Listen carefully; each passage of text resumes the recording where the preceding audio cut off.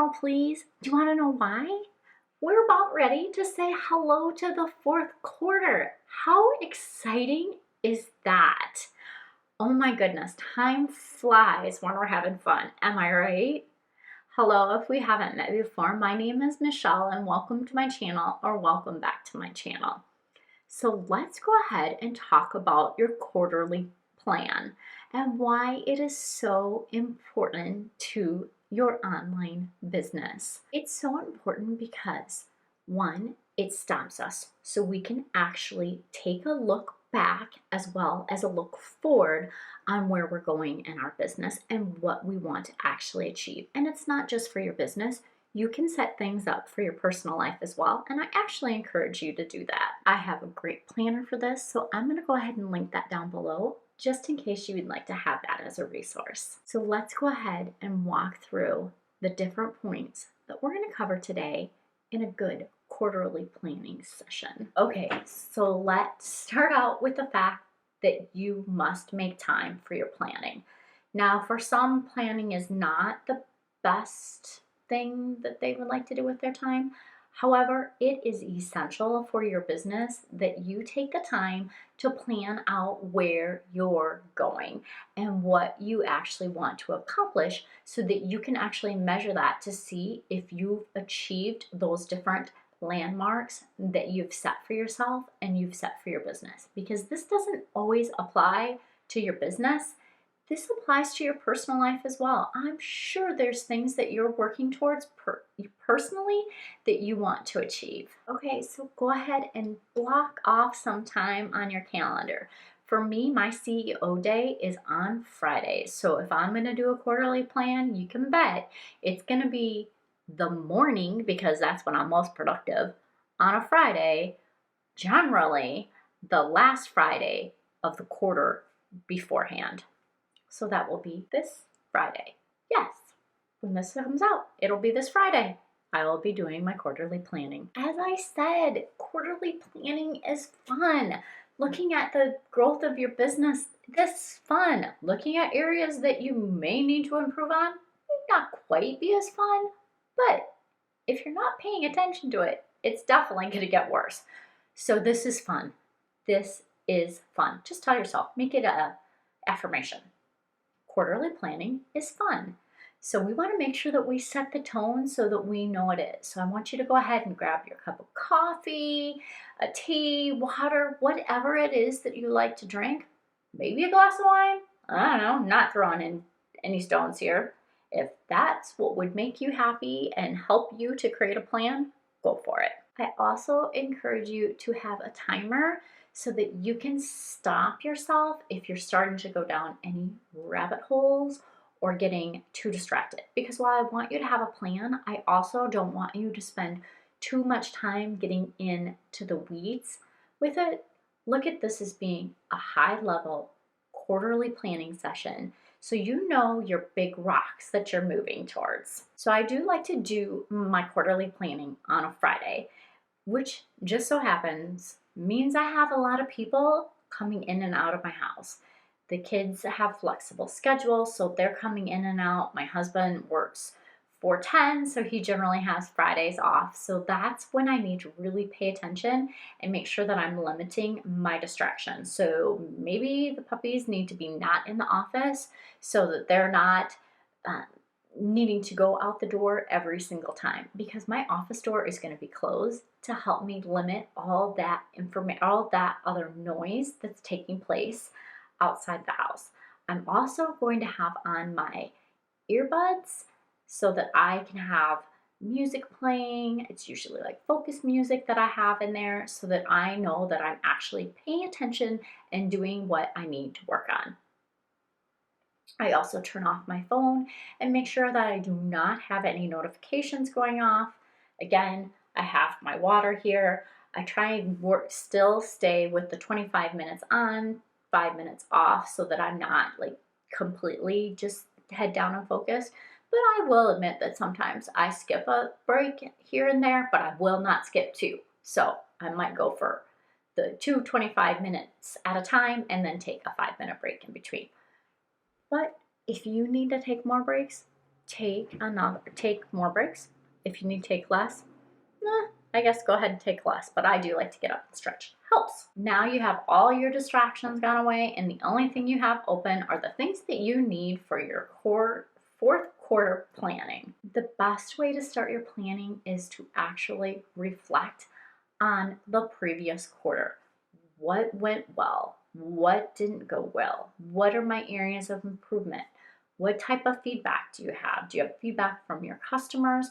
What are the areas that you can improve on, and what are the areas that you just did amazingly? Yeah, hit it out of the park. And if you have a success journal or a success jar, this will be the perfect time to go back and read through all of those comments that you made for yourself. Did you actually hit all your goals and all the things that you wanted to accomplish in the previous quarter?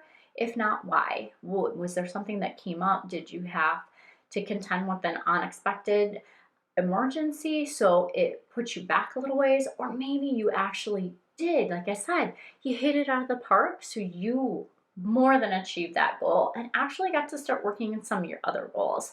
So again, like that good, better, best, where you can set those and have more. Or if you're working towards smaller goals, maybe you just have one goal every single month, and you could potentially set up some backup goals that if you accomplish these, you're going to go ahead and move on to the next one, because it does happen. You do move quicker and things go well, so you're able to move on to some other goals that you have set for yourself and for your business. So when you're reflecting, I don't want you to spend oodles of time on this. Just go ahead and set your timer for maybe 5 minutes, 10 minutes, whatever it is. Get as much out as you possibly can and move on from there. So I like to use my journal, notebook, and paper for this one. However, if you feel better typing it, go ahead and do that. It's completely up to you. So the next thing that we want to do is a mind dump. So before we actually get going on all of these things, like get everything out of your mind, like all the random things that your to-do list items, shopping list items, anything that will pop into your brain when you're trying to work on this, go ahead, put it on that list. Maybe you want to put on your brain dump all of the areas that you actually want to try and work on in the fourth quarter. Go ahead and put that on there as well. So you're just going to make sure that you get all of these things out and on the piece of paper so that we have them there in front of us and we're not thinking about them when we're trying to get all of our planning done. Revisit your vision. So do you have a vision for your business? Did you set a yearly vision that you've wanted to focus on for just this year? Go ahead and revisit that vision, or revisit your mission statement. Are you on track? Like, do you feel, yes, I'm upholding completely the vision to my business? Or yes, I'm upholding my mission statement for my business. I feel comfortable with that. And possibly you have a vision statement for your personal life as well. So are you meeting that? Are you hitting that vision? So when I create my vision board at the beginning of the year, I do put my personal goals as well as my professional goals in there. And I'll admit, like this year, there were some of those professional ones, or personal ones, excuse me, that as the year went on, I'm like, why am I doing this? It's beginning to feel like work, and it's not fulfilling, and I don't feel as if it's really moving me forward to what I'm doing. More so because I set too many goals. I set too many goals and they became overwhelming. So I narrowed it down to only one. And that's the one that I generally have every single year. And that's focusing on my health and well-being. Now, this is the fun one. What are your goals? Like, what are you trying to achieve in the final quarter of this year? Have you already crushed all your yearly goals that you've set for yourself and you're working on new ones? Or are you still plugging away at that one goal that you set for yourself at the beginning of the year? What is it? What is the goal that you're working for? And what can we actually break down so that you can put it on your calendar and getting all of those things, or your calendar or your project management system, if you have one of those, to make sure that you're getting all those pieces done so that it moves you towards your goal. So what is your goal? What do you actually want to accomplish? What do you want to achieve? And when you're setting your goals, make sure you're asking yourself, why am I trying to achieve this? Why do I want to accomplish it?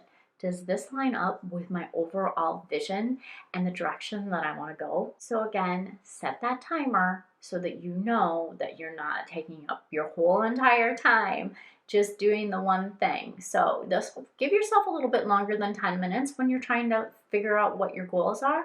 But again, set that timer, put it out there however long you need. Maybe it is a whole 25 minutes. Just put it out there and write down every single goal that you would like to actually try and achieve in the fourth quarter. Okay, so this is a question that I ask to all of my clients when we're actually sitting down and doing a planning session. You've gotten the goals in front of you.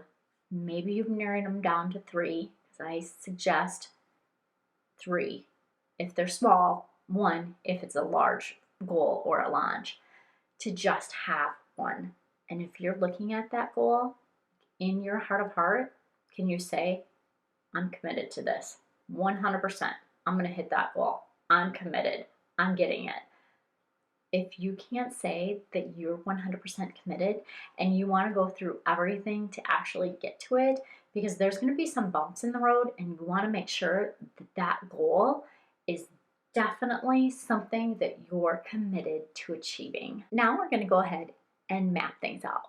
But first, we're going to map out all the important dates first so we know where we need to go and where we could put things in. Because you may end up, especially in the fourth quarter with taking time off and the holidays, that you might not necessarily be able to tackle as much as you think you can. So we want to make sure that we're pulling out our calendar and we're looking at what we have. So vacation days, important kid events, holidays, like if you have a launch, Black Friday, need I say again, coming up, you want to make sure that you have those dates marked out on your calendar. For me, I'm gone in November for my sister's wedding. So I know I'm probably not going to get a whole heck of a lot accomplished because I'm gone from a Wednesday to a Thursday. So you have your goal. You have your goal that you actually are committed to achieving. Great. I'm so proud of you. Good job. Now we want to take that goal and we actually want to break it down. So you can do this in a couple different ways. You can mind map it out. And when I say mind map, I'll go ahead and link a video because I know I've done one on mind mapping your goals before.